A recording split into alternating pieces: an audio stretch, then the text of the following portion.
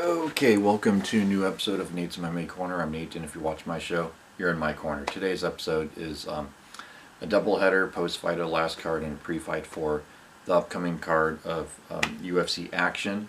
And so I'll do a quick little rundown of the last card. So to kick off the main card on the last card, which was Leon Edwards versus Belal Muhammad main event.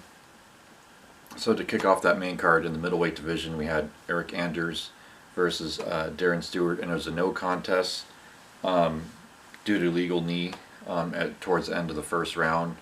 Darren Stewart was down, he had his knees down, and Eric Anders landed a knee to his head, which is considered down opponent. But yeah, it was honest mistake on Eric Anders' part.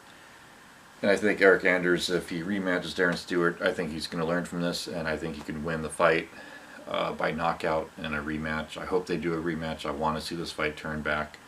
Because Darren Stewart does have a chance against Eric Anders, so it's a good 50-50 fight.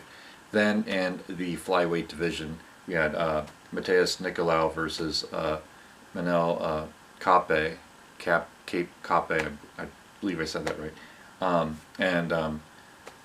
Mateus Nicolau won decision split. This was a back and forth battle, and some people say Manel won this fight. I could see the argument there. He did land some more strikes on at least one or two of the rounds, I believe, and Mateus, though, he landed some very effective strikes and rocked Manel, and it was a back and forth brawl. It could have gone either way. Then in the bantamweight division, we had Davey Grant versus defeat Jonathan Martinez, KO punch round 2. This was impressive win for Davey Grant, and great to see him back in the octagon. And Jonathan Martinez, very tough, durable opponent. Then in the featherweight division, we had Dan Ige defeat Gavin Tucker, KO punch round 1. 22 seconds, and Dan Ige is back with a bang after suffering the loss to Calvin Kattar, and this is a good comeback win for his career and keeps him alive and relevant in the UFC featherweight division and being a top-ranked contender. Then in the light heavyweight division, in the co-main event, we had Ryan Spann defeat Misha Cirkunov, TKO punches round 1. Ryan Spann just looks amazing. This guy's the real deal. I've tooted this guy's horn for quite a while now, and I think he can definitely stand and bang with the top 10 in the light heavyweight division, no doubt about it. Then in the main event, we had Leon Edwards. So Ryan Spann won first round. Then in the welterweight division, in the main event, we had Leon Edwards versus Belal Muhammad. This was a no contest, accidental eye poke, round 2, 18 seconds into it.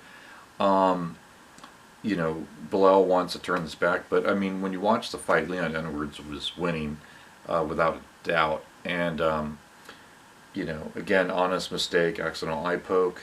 And, I'm glad Belal's recovering from this. No guy should ever suffer this sort of eye poke. And Leon Edwards, I think, you could turn it back, but I think Leon Edwards would clearly win from based on what we saw. And he was on another level, looked like.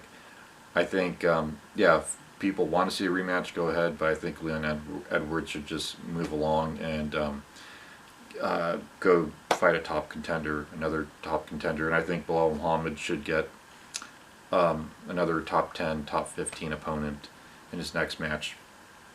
Okay, so then in the next card, pre-fight rundown with predictions, we have this is UFC Fight Night, Derek Brunson versus Kevin Holland, middleweight clash.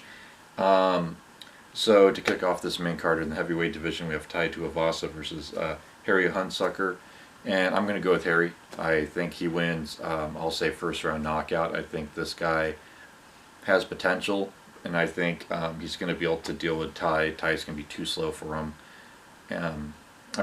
Tai's going to be too slow to handle Harry, and I think Harry's has enough speed and agility to deal with Ty, and he's going to knock him out first round knockout.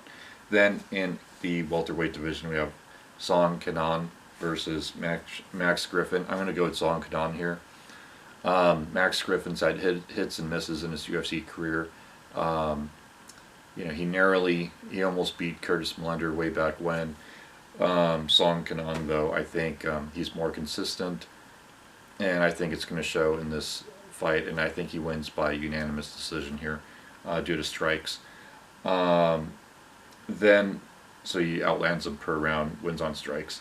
Then in the bantamweight division, we have Adrian Yanez versus Gustavo Lopez. Gustavo Lopez beat Cub Swanson's older brother, Steve Swanson, in another promotion.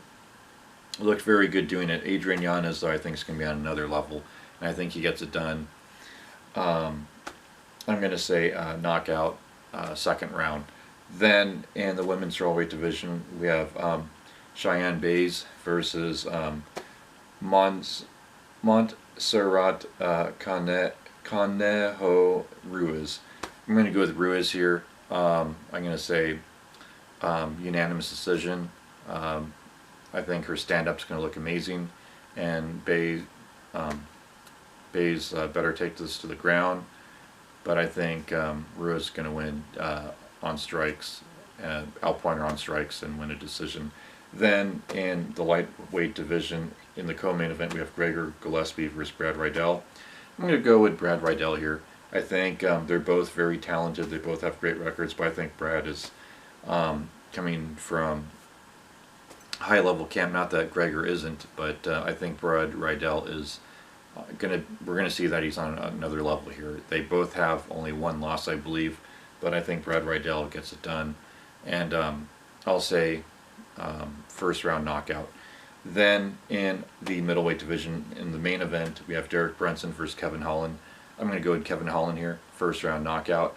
I think this is going to be a fun, exciting fight for the fans, but Derek Brunson, don't count him out. I'll give him a 40% chance of winning this fight. I think maybe he lands some wrestling, some takedowns, some shoots for some double legs, gets them, and squeaks out a decision and shocks the world like he did against Edmund. Anyways, there you have it. There's my predictions for this card, and stay tuned for my post-fight as always, and until then, see ya.